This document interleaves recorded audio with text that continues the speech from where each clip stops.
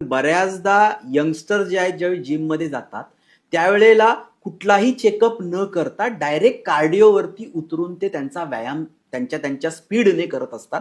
आणि बऱ्याचदा जिम मध्ये वेगवेगळे स्टेजेसचे लोक असतात. कोण 4 वर्षापासून व्यायाम करतोय तोही तिथेच असतो, कोणाला आता 6 महिने झालेत, कोणाला 1च महिना झालाय आणि आपण नवीन गेलेलो असतो.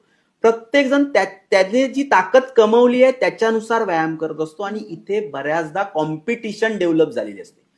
समोरचा व्यक्ती जर 7च्या स्पीडने धावतोय तर मला सुद्धा आता मी पण धावू शकतो, मी पण 7च्या स्पीडने धावलं पाहिजे.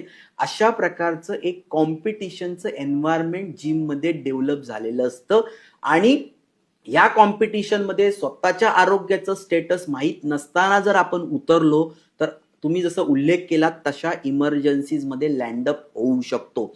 कारण जर तुम्हाला कार्डिओ करायचंय, जर एखाद्या व्यक्तीला ट्रेडमिल वरती धावायचंय तर त्याने त्याच्या आधी त्याच्या हृदयाकडे किती स्पीडने धावायची ताकद आहे हे चेक करणं खूप गरजेचं आहे. आणि इथे मी ऍडवाइस करू इच्छितो अशा प्रत्येक व्यक्तीने स्वतःची एकदा स्ट्रेस टेस्ट करून घ्यावी.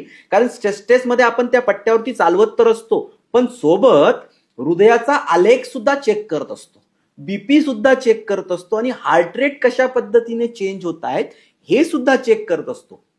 एकदा का आपण स्ट्रेस टेस्ट करून घेतली आणि तो रिपोर्ट नॉर्मल आला तर आपण बिंदास्त जिम मध्ये कार्डिओ करू शकतो, त्या मशीनवरती धावू शकतो.